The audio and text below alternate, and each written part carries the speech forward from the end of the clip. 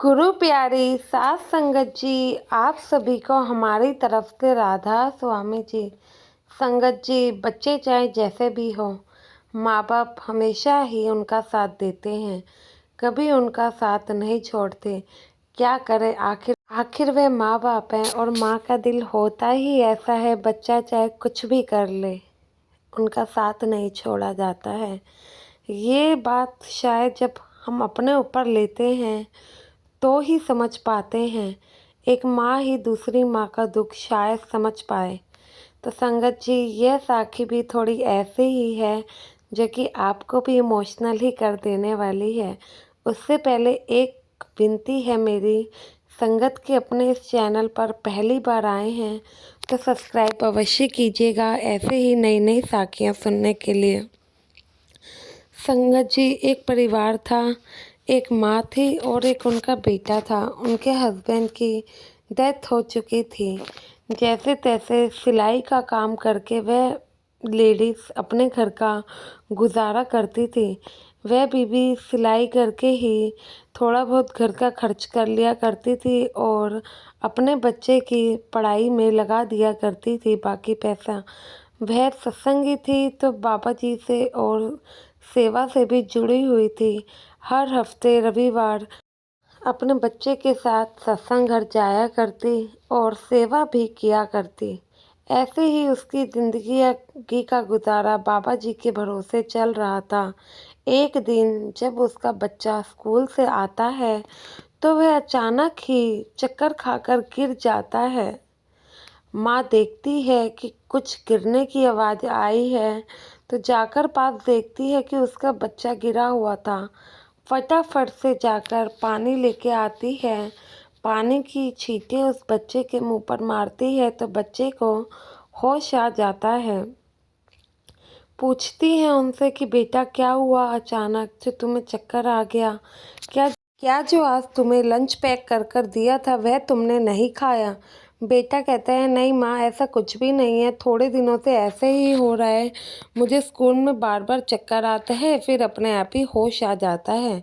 यह बात जब वो अपनी माँ को बताता है तो माँ उसी शाम को बच्चे को डॉक्टर के पास लेकर जाती है, डॉक्टर को दिखाती है। सारी बात डॉक्टर को पता लगती है तो वह बच्चे के टेस्ट करते हैं। जब टेस्ट की रिपोर्ट आती है तो पता चलता है कि बच्चे के दिल में छेद है, जिससे माँ काफ़ी घबरा जाती है क्योंकि वह गरीब परिवार से थे और सिर्फ माँ ही बेटा ही उस परिवार में रहा करते थे। बेटा अभी छोटा था तो उसका गुजारा भी माँ ही करती थी। इस वजह से वो घबरा जाती है कि मैं तो घर का गुजारा और पढ़ाई का खर्च ही बहुत मुश्किल से निकालती हूँ, तो कैसे मैं इसका मतलब कि इलाज करवा पाऊँगी। यह सोच सोच के उसको बहुत ही ज़्यादा टेंशन खाई जा रही थी कि इस दुनिया में इसके अलावा मेरा कोई है भी नहीं। मेरे पति भी पहले चले गए, अगर इसे कुछ हो गया तो मैं क्या ही करूँगी। डॉक्टर के पास से जब वह सोच के वापस आती है तो बस काफ़ी समय थोड़ा बहुत सोच विचार में ही बिता देती है। फिर वह सोचती है कि चलो अपने परिवार से एक बार मदद मांग के देखती हूँ, शायद कोई मदद ही कर दे तो मेरे बेटे का इलाज हो जाएगा। वह अपने मायके वालों के पास जाती है, लेकिन क्या करे, इलाज ही इतना महंगा था तो कोई बड़ी मदद, इतना बड़ी रकम देने को तैयार भी नहीं था। मायके वालों ने भी यही कहा कि चलो हमसे जितना हो पड़ेगा हम उतनी मदद कर देंगे, लेकिन जो रकम तुम मांग रही हो उतना हम भी पूरा नहीं दे सकते। मायके वाले मदद करने के लिए मान तो गए, लेकिन और जब पूरे पैसे करने थे जो कि इलाज के लिए, वो तो अभी तक नहीं हो पाए थे। वह फिर उसके बाद ससुराल साइड पर जाती है, उनसे मदद मांगती है, सारी बात बताती है, लेकिन वहाँ उन्हें उनकी मदद के लिए साफ मना कर दिया जाता है और कहते हैं वहाँ के लोग कि हम तुम्हें ये कहना चाहते हैं, देखो तुम जब से इस सतगुरु को मानने लगी हो तुम्हारे पास कुछ भी नहीं रहा है, इसलिए तुम्हारे पति की भी मृत्यु हुई, क्योंकि तुम भगवान को मानती नहीं हो, पाठ पूजा करती नहीं हो। क्या ही तुम्हें दे दिया, जिस जगह से तुम जुड़ी हो वहाँ से क्या ही मिला।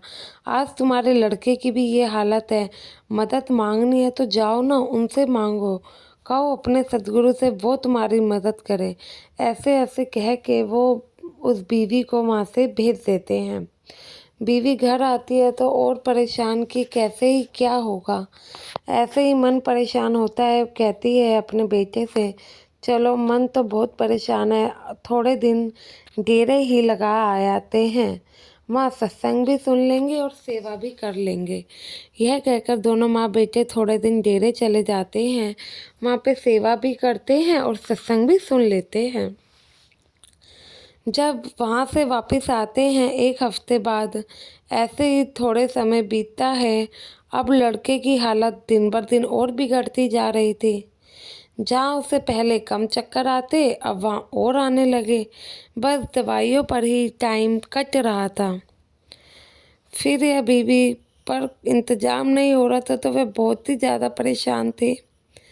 एक दिन साथ वाले जो घर के पास सत्संग घर होते हैं, वहाँ पे सदगुरु जी ने आना था, तो वहाँ पर सेवा चल रही थी। जब संगत जी मन परेशान हो तो कहीं मन नहीं लगता है। फिर सोचते हैं कहीं ना कहीं चले ही जाएं।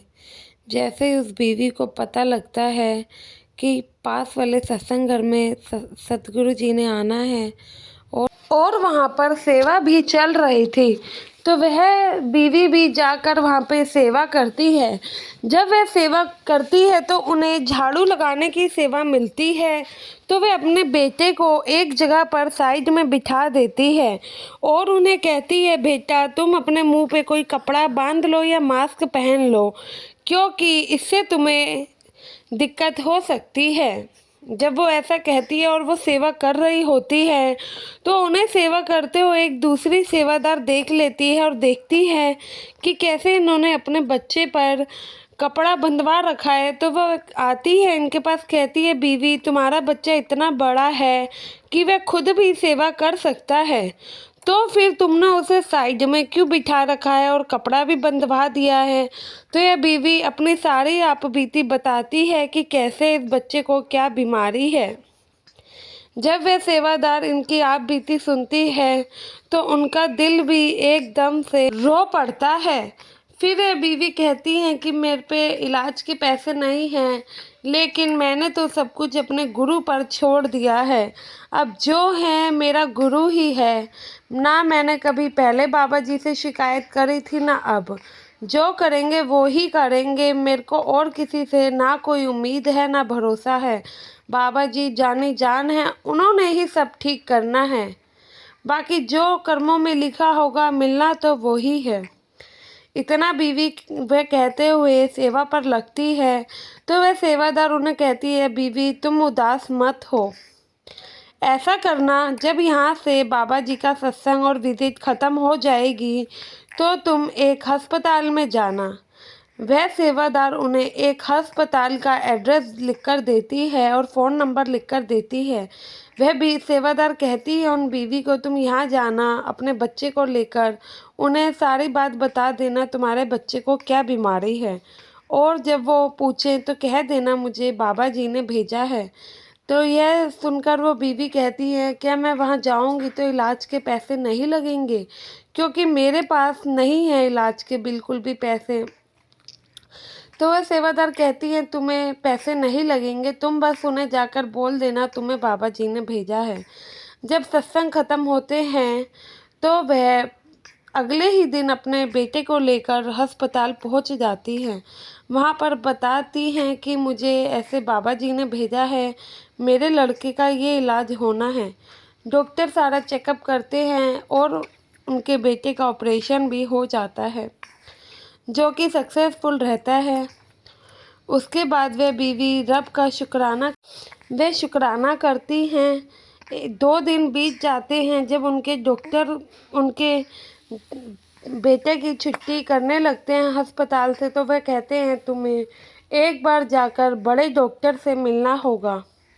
तो बीवी कहती है, हाँ ज़रूर मैं तैयार हूँ, बताइए कहाँ पर हैं बड़े डॉक्टर। वह रास्ता बताते हैं। जब वह बीवी बड़े डॉक्टर के कैबिन में जाती हैं और वहाँ उन्हें वो ही सेवादार मिलती हैं जो कि उन्हें सेंटर में मिली थी।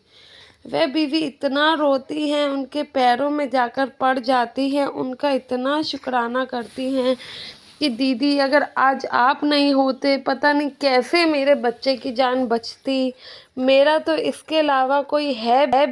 वह सेवादार उन बीवी को नीचे से उठाती हैं, कहती हैं बीवी शुक्राना करना है तो उस रब का करो, उसके अलावा हमारा दुनिया में कोई नहीं है। जो करते हैं सद्गुरु जी करते हैं, हम तुम करने वाले कोई नहीं होते हैं। साथ संगत जी, अगर विश्वास पूरा होना, वो रब कैसे ना कैसे करके हमारे जो भी मतलब की परेशानी होती है उनका हल ज़रूर करते हैं। सब कुछ बाबा जी के हाथ में है, जो होना है वो होकर ही रहना है। वे जानी जान है, बेहतर जानते हैं कि हम लोगों के लिए क्या सही और क्या नहीं। आशा है आपका विश्वास भी उस सद्गुरु के प्रति इतना ही होगा। मिलते हैं आपसे अगली साखी में। अगर आपने संगत के अपने चैनल को सब्सक्राइब नहीं किया है तो ज़रूर करें और कमेंट में राधा स्वामी लिखना बिल्कुल ना भूलें जी। गुरु प्यारी साथ संगत जी, आप सभी को हमारी तरफ से राधा स्वामी जी।